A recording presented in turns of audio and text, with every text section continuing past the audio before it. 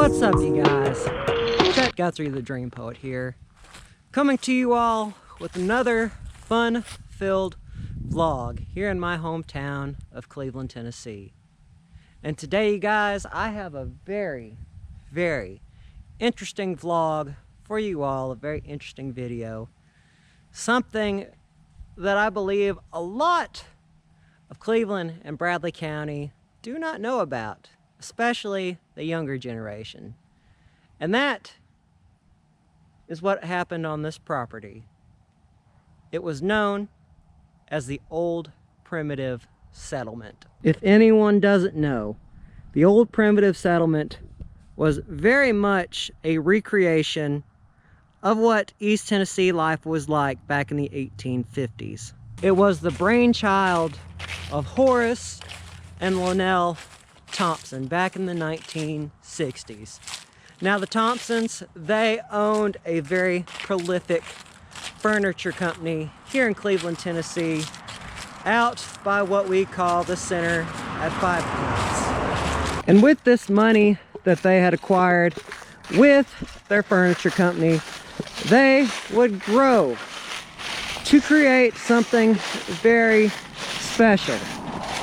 You see, they would go out to these very, very rural areas of East Tennessee, these very, very remote spots, and they would save old cabins. Now these cabins they would bring down from the mountains, and they would bring them here to this old property.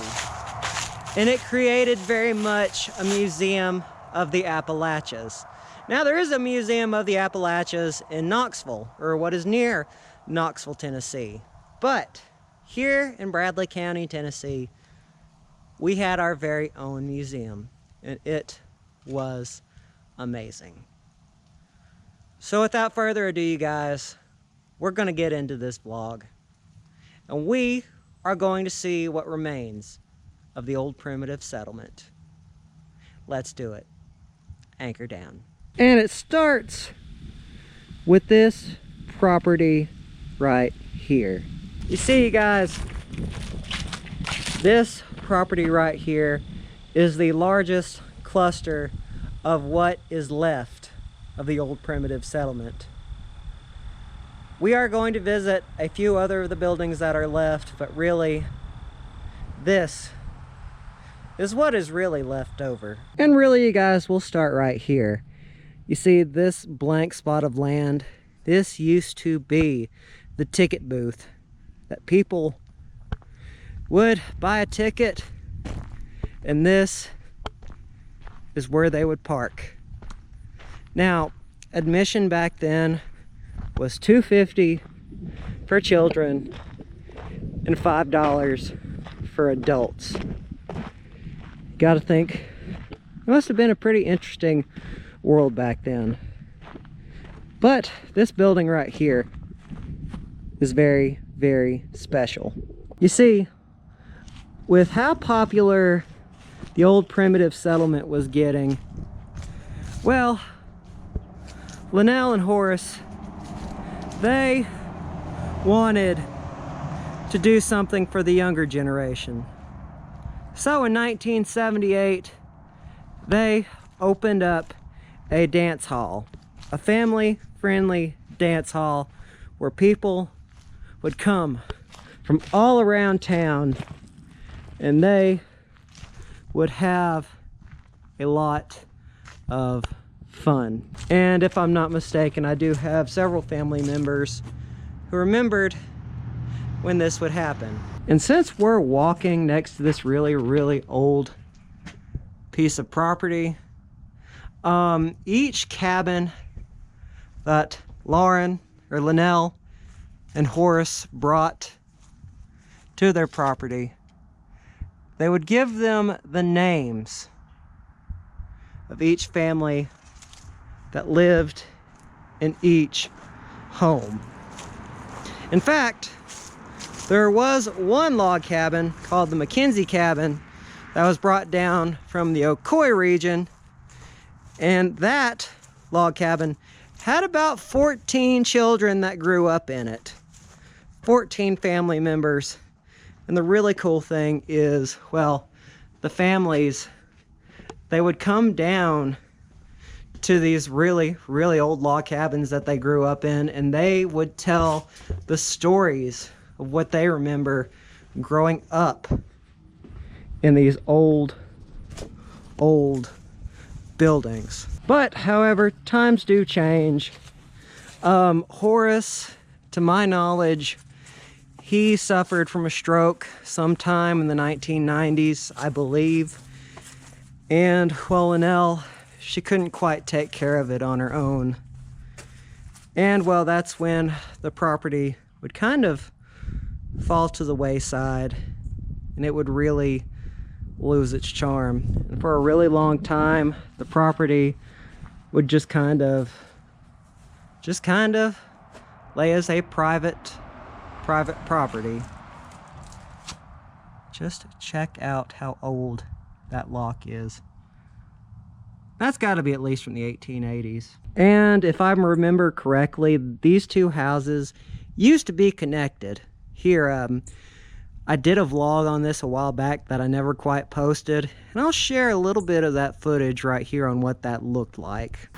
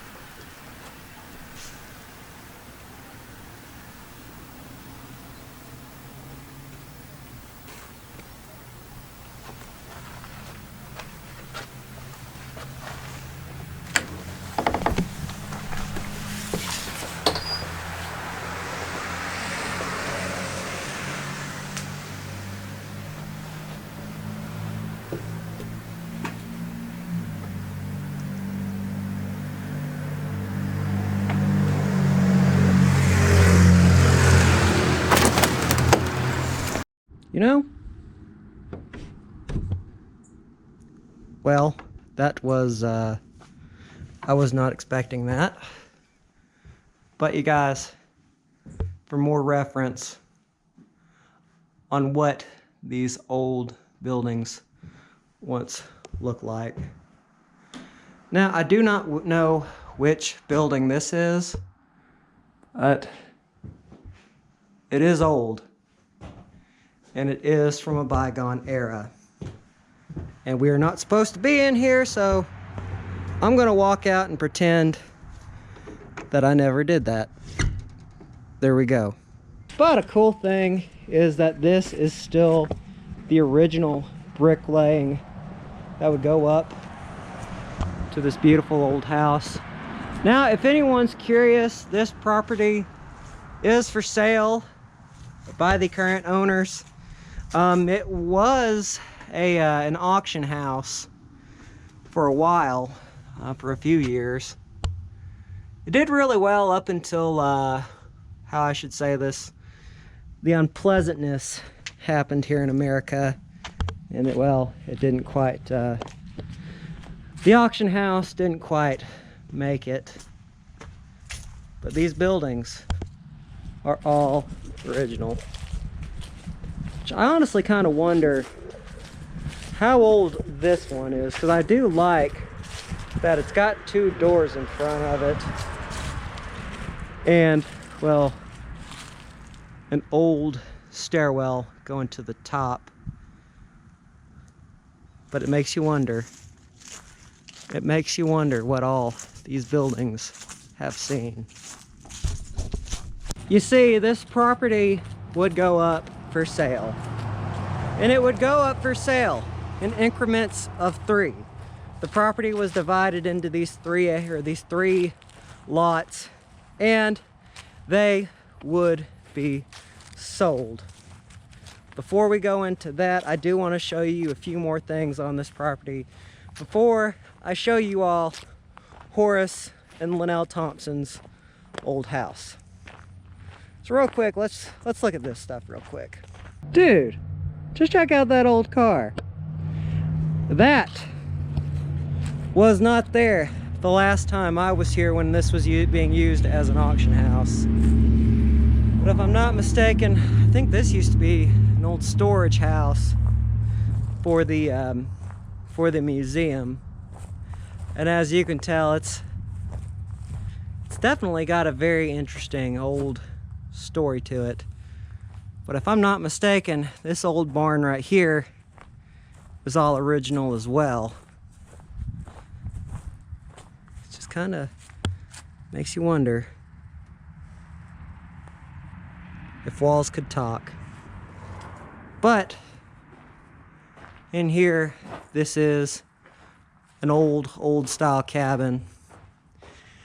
When this property eventually gets sold, I don't know how much of this will be kept, but I really hope that the current owners and those who will purchase the property will hopefully maybe return it to its former glory.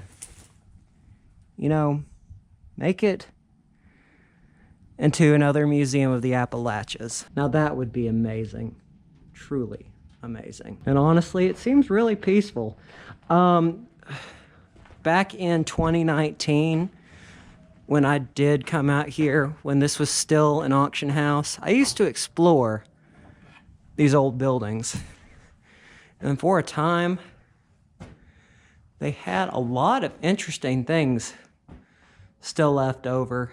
Like, for example, I managed to find some old pieces of mail that were from like the 1950s and the 1930s. And I am going to move it like that. That way, it does not get messed with. And I do remember, well, actually it was up here that I found the those old pieces of mail. There was like a lot of old furniture as well. But it would not put it past me that this was another old part of the museum that Horace and Linnell saved. And I actually find it kind of funny too. I did not mention this while I was on the other side of the old dance hall. But at the time, this property used to have an old post office. Now this post office was very small. There wasn't really a whole lot to it, but in recent years that has been sold off. And again, I'm gonna go ahead and I'm gonna link up some footage of when I went there back in 2019, just to give everybody an idea of what it looked like.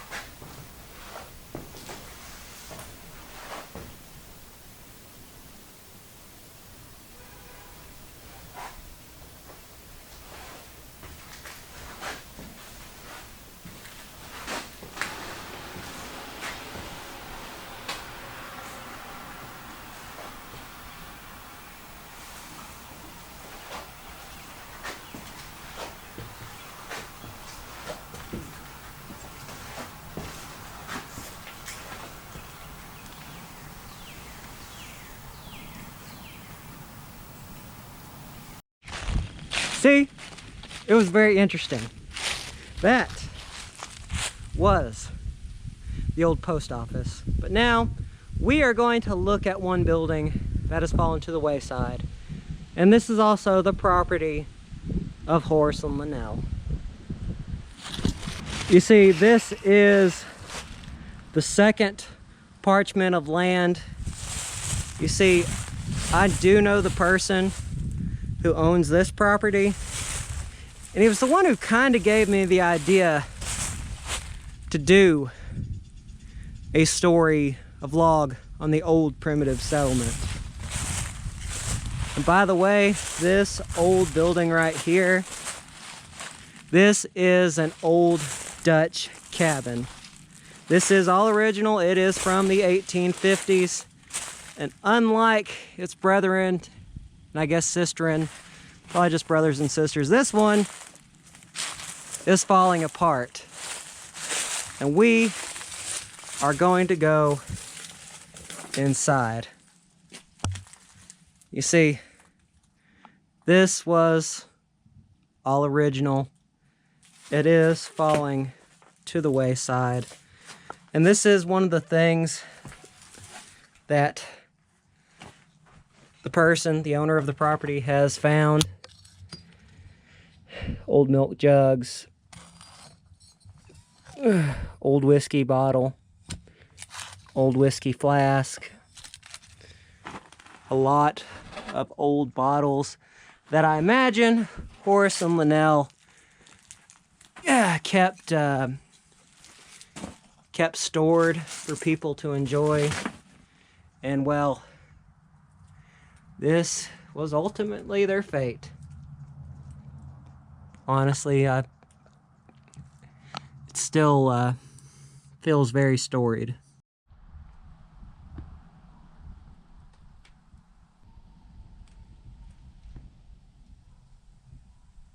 Alrighty, now this is what leads us to the second property of the old primitive settlement. Now, this property was never a part of the museum, but as I was stating earlier, this is where Horace and Linnell Thompson once lived. And what the landowner was telling me is that this entire area back in the 60s through the early 2000s, all of this was covered in a very, very very much a foresty surrounding. Just check out that old tree. Now, honestly, you do not see these kind of trees in the lower part of Cleveland.